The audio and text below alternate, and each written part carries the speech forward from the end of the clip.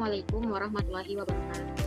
Saya Nafidayani dengan NIM 4230025 dari kelas 4 1B01.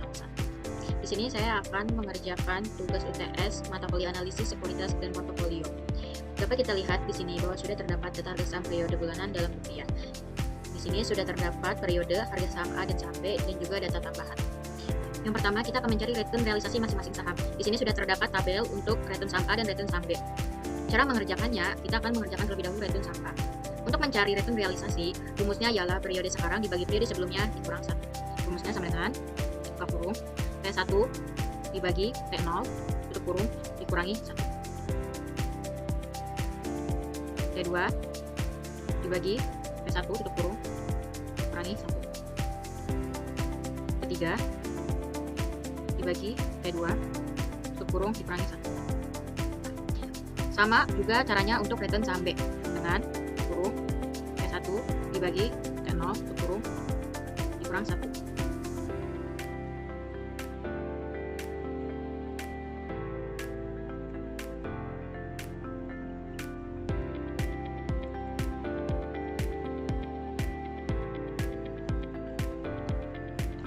Kemudian kita akan totalkan dengan rumus sama dengan sum. Kita tarik garisnya ke bawah, tutup kurung,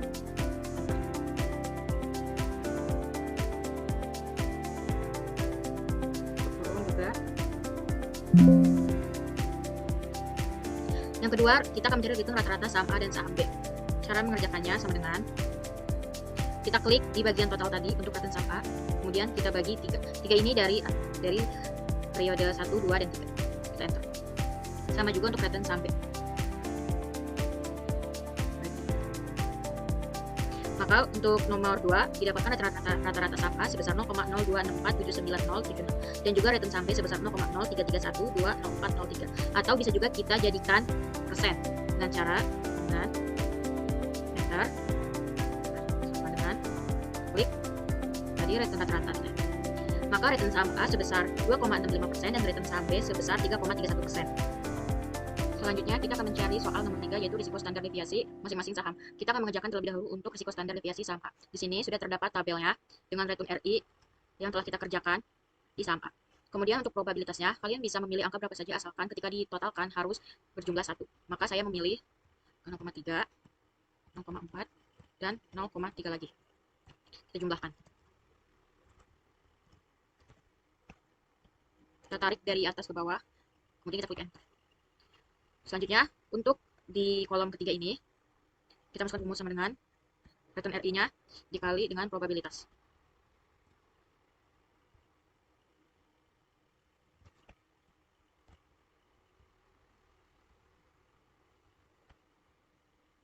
Kemudian kita jumlahkan. Kita klik dari atas sampai bawah, tutup kurung, kita enter. Kolom 4 kita masukkan rumus dengan return RI dikurangi ini hasil total dari penjumlahan yang tadi dari kolom yang ketiga ini. Kita enter ya.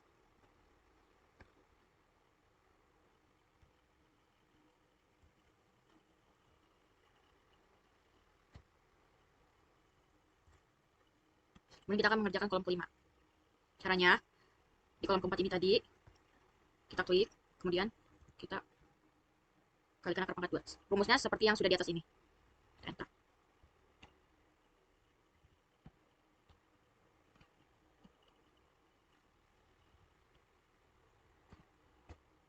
Selanjutnya kita akan ke kolom yang terakhir. Cara mengerjakannya kita klik sama dengan, kemudian kita klik angka di kolom sebelumnya ini, kita kalikan dengan nilai probabilitas, nilai P-nya. Kita enter.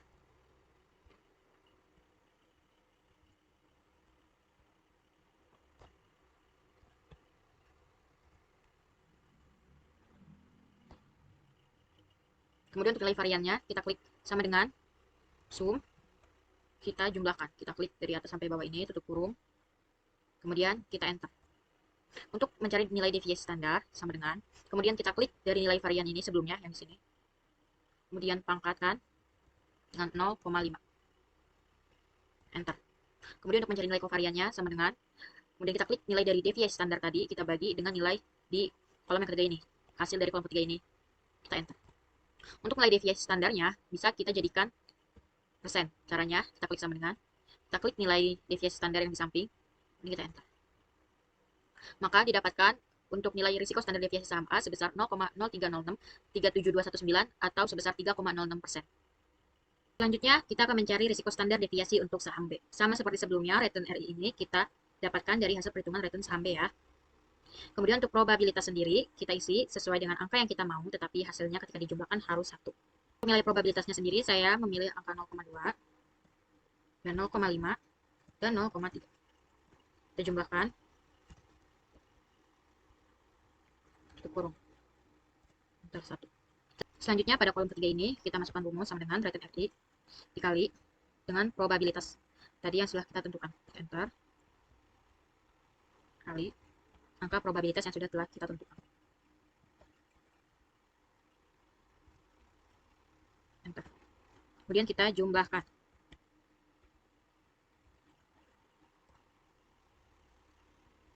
Kita tebalkan terlebih dahulu. Selanjutnya kolom keempat, RI dikurangi RI sama dengan return ini dikurangi total sebelumnya. Enter.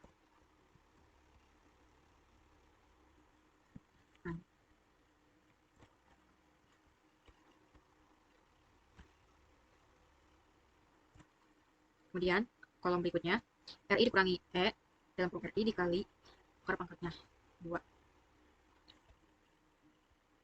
sama dengan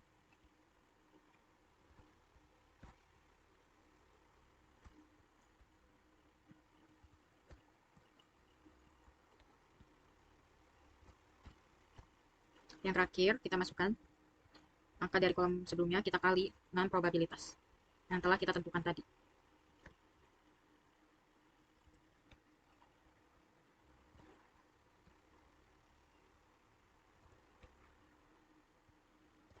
Kita mencari variannya sama dengan sum, kemudian kita totalkan dari atas sampai bawah, tutup kurung, enter. Untuk perhitungan deviasi standarnya tadi dari varian, total varian yang kita dapatkan 0,5, enter. Atau kita jadikan dia persen. Untuk kovarian sendiri deviasi standar dibagi hasil dari RI dikali P ini, dari kolom ini ya totalnya. Kemudian kita enter. Maka untuk resiko standar deviasi saham B didapatkan sebesar 0,04458449 atau sebesar 4,46%. Yang keempat, kita akan mencari return dan risiko portofolio. Yang pertama, kita akan mencari returnnya terlebih dahulu. Rumus dari returnnya yaitu bobot investasi dikali dengan return aset. Jadi, bobot investasi pertama dikali dengan return aset pertama, ditambah bobot investasi yang kedua dikali return aset kedua. Maka perhitungannya sama dengan bobot tiap-tiap saham ini sebesar 50%. Buka kurung, saham A, dikali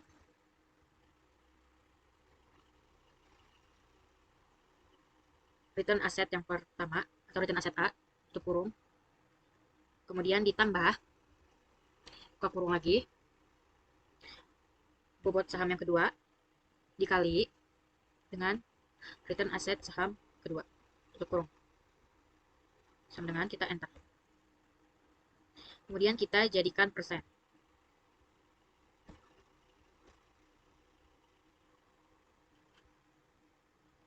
Maka untuk return portofolio yaitu sebesar 2,43. Selanjutnya kita akan mencari resiko portofolio. Kita klik sama dengan rumus, buka kurung. Kita klik bobot saham A, kemudian kita kalikan dengan nilai deviasi standar dari saham A. Kita klik, tutup kurung. Kemudian kita tambahkan dengan bobot saham B. Lalu kita kalikan dengan nilai deviasi standar saham B. Tutup kurung. Klik enter. Selanjutnya kita jadikan persen. Maka didapatkan return dan risiko portofolio sebesar returnnya 2,43% dengan risiko portofolio sebesar 3,76%. Yang kelima, kita akan mencari Sharpe ratio atau Treynor ratio.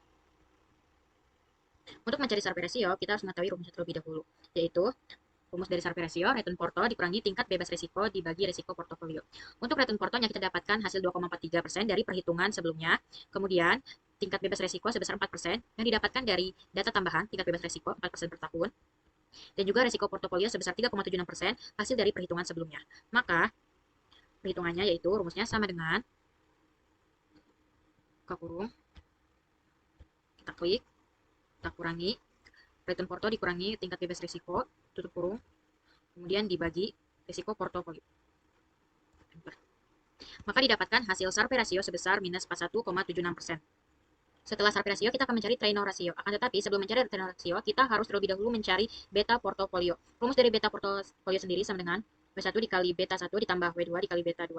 Dengan catatan, bobot saham pertama yang atau A 50%, bobot saham yang B 50%, beta saham A 1,2 dan beta saham B 0,8 ini didapatkan dari hasil data tambahan. Maka kita akan menghitung beta portofolionya.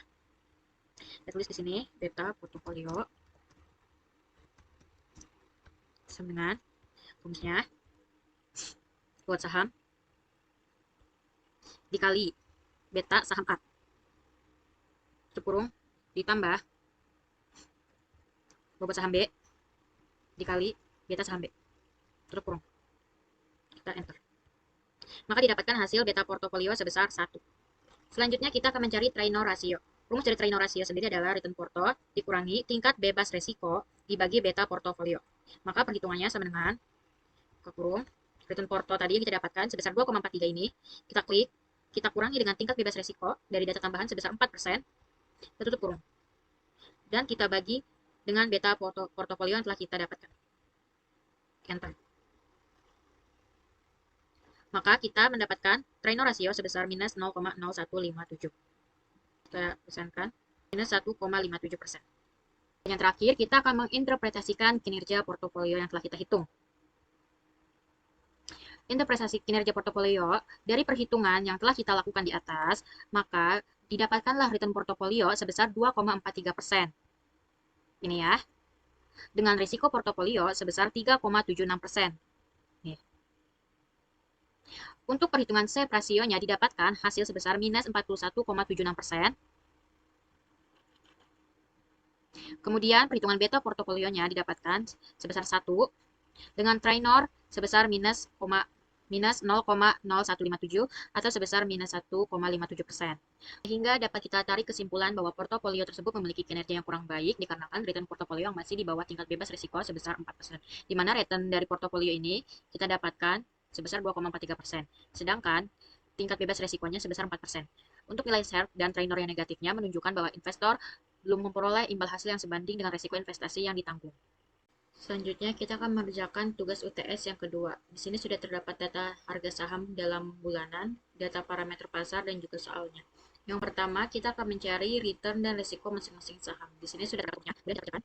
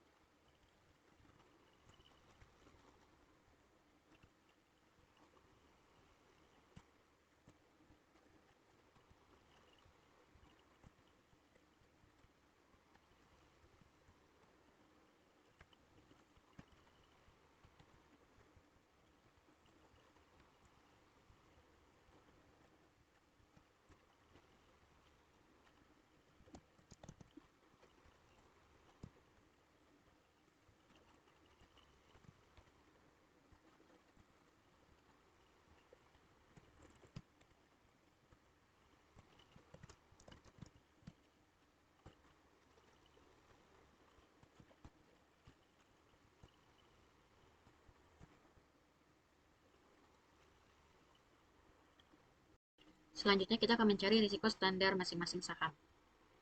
Kita akan mencari risiko standar deviasi saham A terlebih dahulu. Caranya, return RI dikali probabilitas.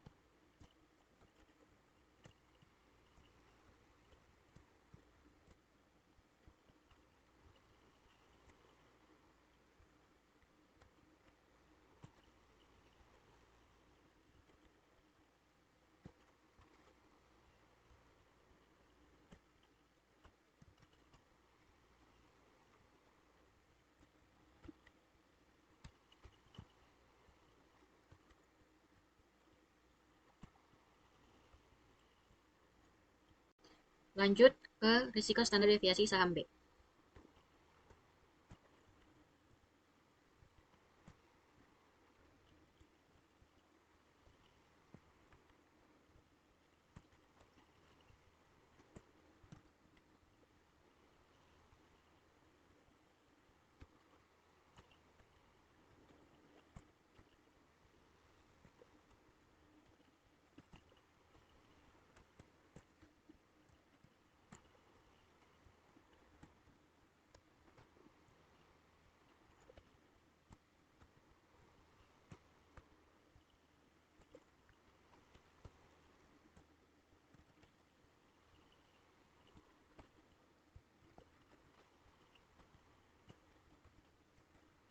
Lanjut ke risiko standar saham C.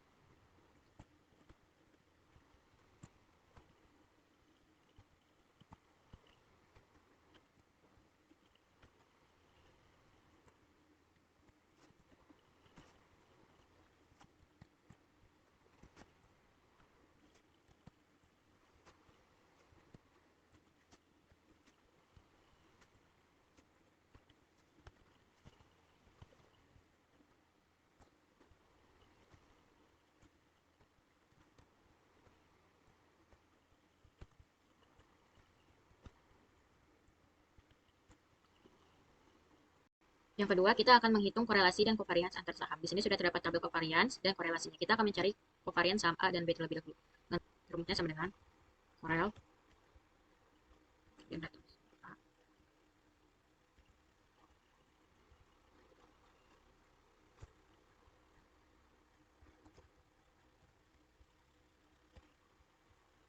Selanjutnya saham B dan C.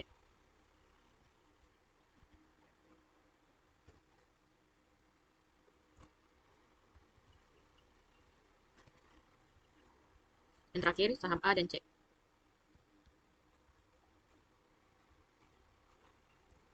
Selanjutnya kita akan mencari covariance dengan cara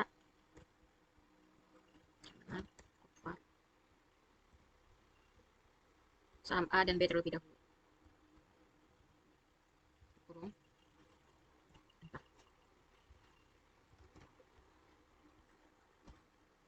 Lalu saham B dan C.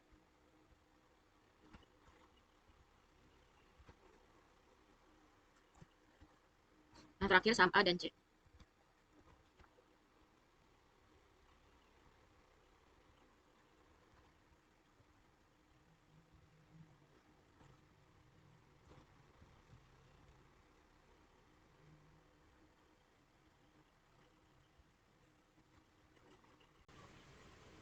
Selanjutnya, kita akan mencari nomor 3, yaitu membentuk beberapa kombinasi portofolio.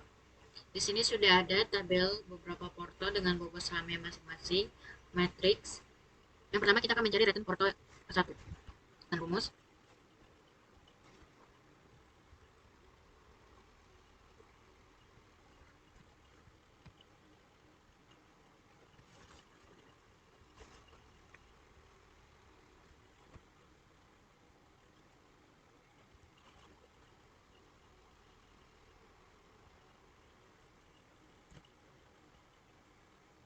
selanjutnya porto kedua.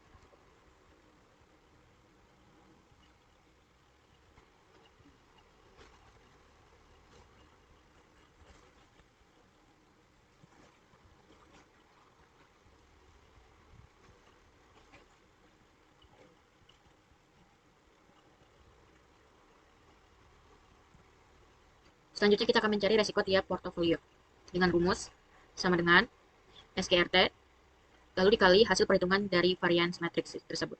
Kemudian kita pindahkan ke kolom resiko. Begitu juga di porto kedua dan ketiga. Hasil perhitungan kita pindahkan ke tabel resiko. Selanjutnya, kita akan menggambar efisien frontier. Dari hasil return dan risiko tiap portofolio, maka didapatkanlah grafik efisien frontier sebagai berikut. Yang kelima, kita akan menentukan portofolio optimal. Setelah membentuk beberapa kombinasi portofolio, maka bisa kita dapatkan. Lihat dari tabel di sini, berdasarkan data, dapat kita lihat bahwa portofolio 3 memiliki return tertinggi sebesar 3,17% dengan resiko rendah sebesar 1,73%. Sehingga hal ini memberikan kombinasi risk dan return yang optimal. Akan tetapi, jika kita lihat dari nilai risikonya saja, maka portofolio kedua memiliki nilai risiko yang paling rendah di antara porto 1, 2, dan 3, dengan nilai risiko sebesar 1,33% dan return sebesar 3,03%. Yang keenam, kita akan mengevaluasi kinerja dari Sharpe ratio, Treynor ratio, dan Jensen alpha. Di sini sudah ada rumus dari Sharpe ratio, berikut data-datanya juga. Maka kita akan mencari Sharpe ratio untuk porto yang pertama. Tulis 1, dan sambungan, buka kurung, porto dikurangi tingkat bebas risiko, dibagi risiko porto 1. Sharpe ratio 2 sama, dan porto dikurangi tingkat bebas risiko, dibagi risiko porto yang kedua.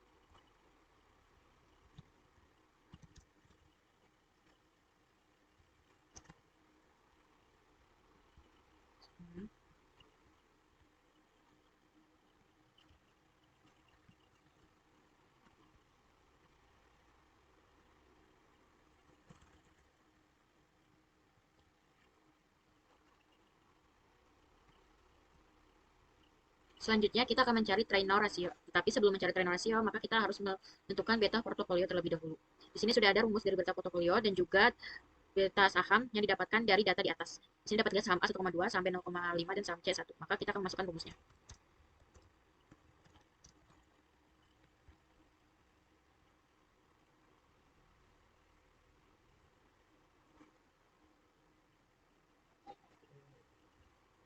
Kali beta saham 1 sama.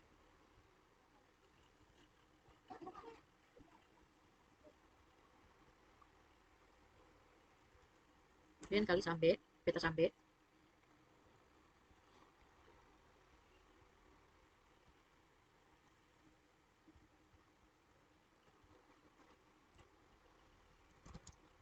Selanjutnya kita akan mencari beta portofolio yang kedua.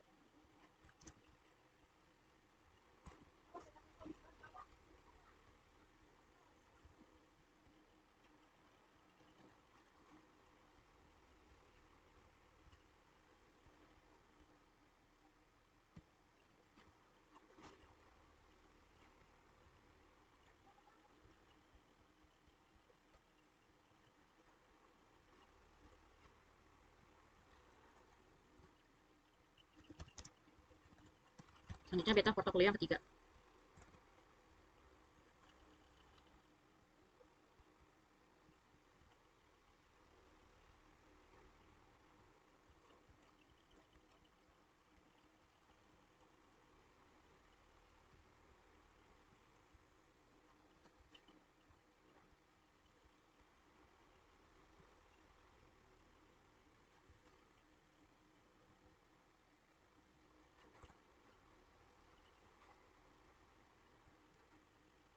Maka didapatkan nilai beta portofolio 1 0,88, beta portofolio 2 0,86, dan beta portofolio 3 0,98.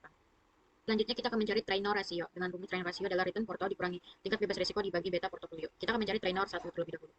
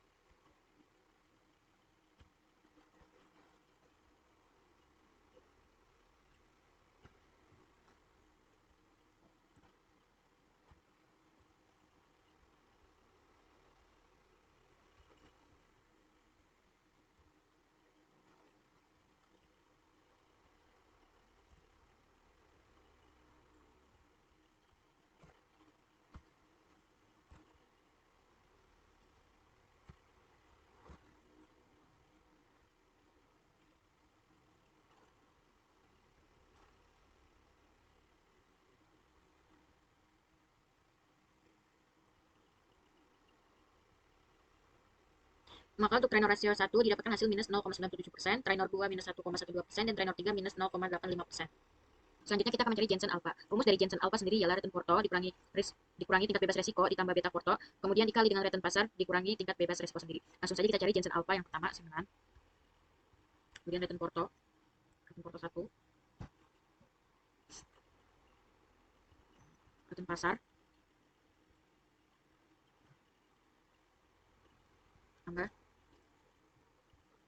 beta portofolio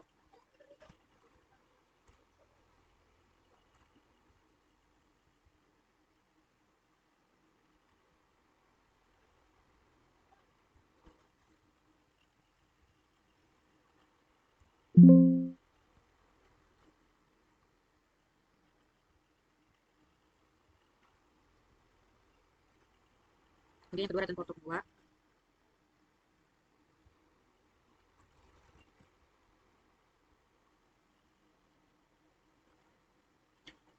lalu kita cari Jensen alpha yang kedua sama dengan return porto yang kedua dikali dengan tingkat bebas resiko, setelah itu ditambah dengan beta portofolio yang kedua, lalu dikali dengan return pasar, setelah itu dikurangi dengan tingkat bebas resiko lagi.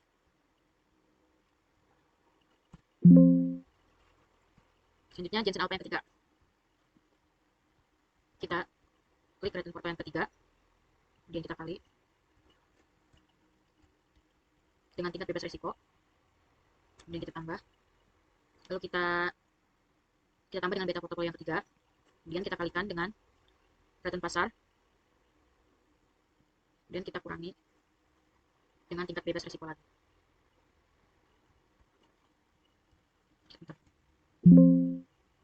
Maka didapatkan Jensen alpha sebesar yang pertama 0,48%, Jensen alpha yang kedua 0,28%, dan Jensen alpha yang ketiga 0,31%.